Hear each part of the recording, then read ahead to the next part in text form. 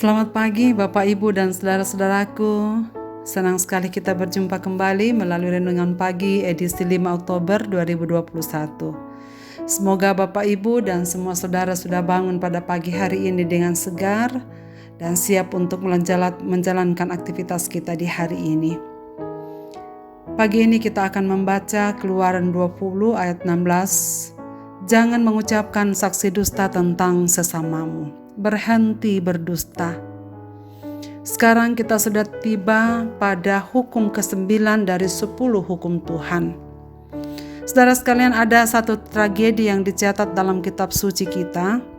1 Raja-Raja pasal 21. Cerita tentang kebun anggur Nabot.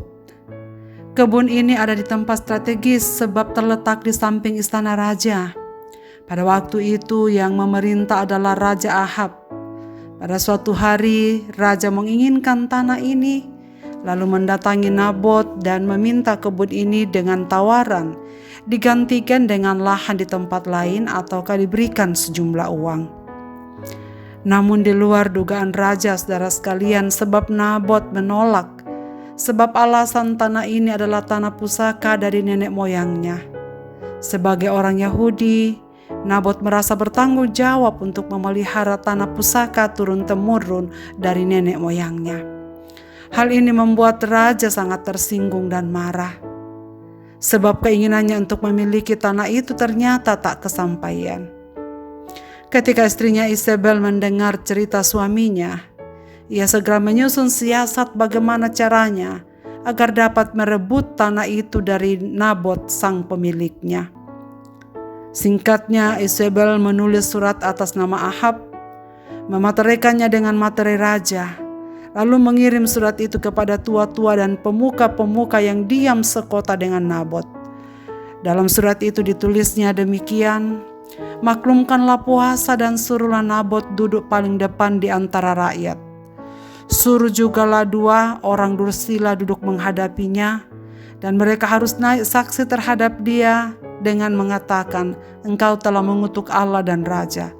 Sesudah itu bawalah dia keluar dan lemparilah dia dengan batu sampai mati.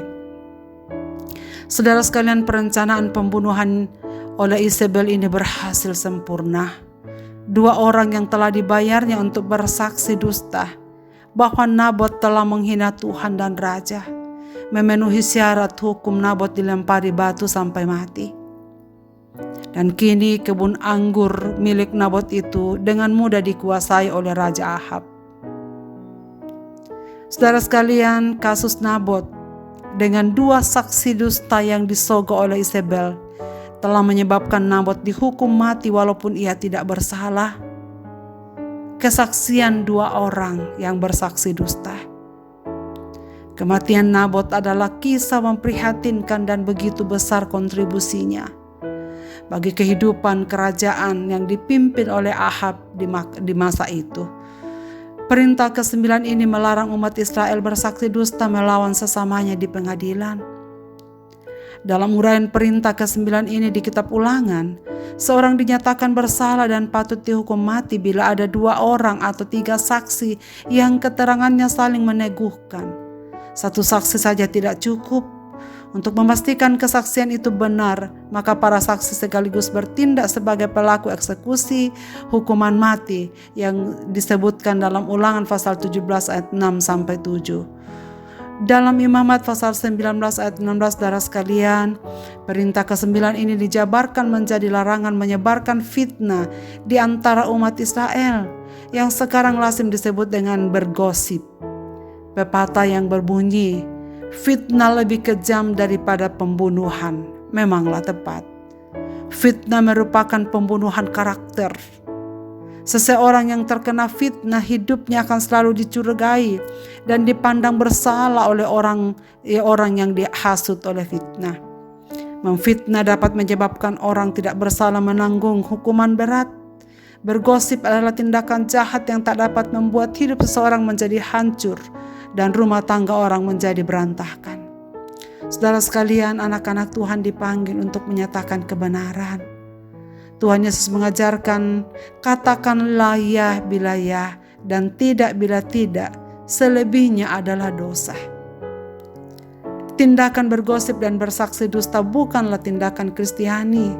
Bahkan hal-hal itu menunjukkan seorang bukan anak Tuhan sejati.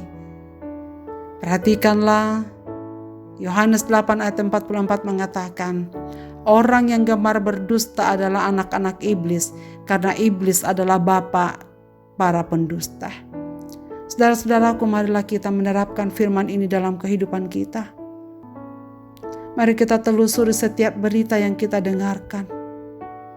Jangan sampai yang kita sebarkan itu adalah berita bohong dan jatuhnya menfitnah. Dan Tuhan sangat menentang pelanggaran terhadap hukum ini hingga harus dihukum mati.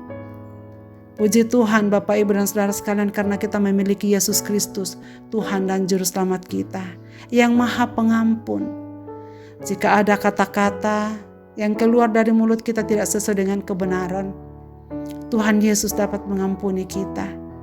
Hanya saja saudara sekalian, selanjutnya mari kita membenahi diri kita, supaya dengan hati-hati kita mengeluarkan pernyataan-pernyataan dari mulut kita, biarlah tidak menjadi batu sandungan bagi banyak orang. Saudara sekalian, biarkanlah kita memelihara hukum ke-9 ini dengan memberikan yang terbaik bagi sesama kita. Marilah kita berdoa.